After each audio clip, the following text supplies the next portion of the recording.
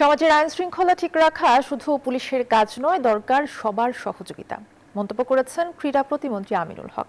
শনিবার দুপুরে রাজধানী পল্লবীতে এক অনুষ্ঠানে যোগ দেন তিনি। বলেন, গত 17 বছর পুলিশকে ব্যবহার করে এই বাহিনীর বদনাম করা হয়েছে। বর্তমান সরকার পূর্ণ স্বাধীনতা দিয়ে পুলিশকে জনগণের বন্ধু হওয়ার সুযোগ করে দিয়েছে।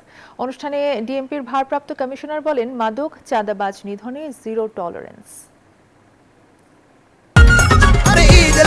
মনে খুশির জোয়ার সবখানে, আর ঈদ লাগছে মনে বিকাশ পেমেন্ট সবখানে।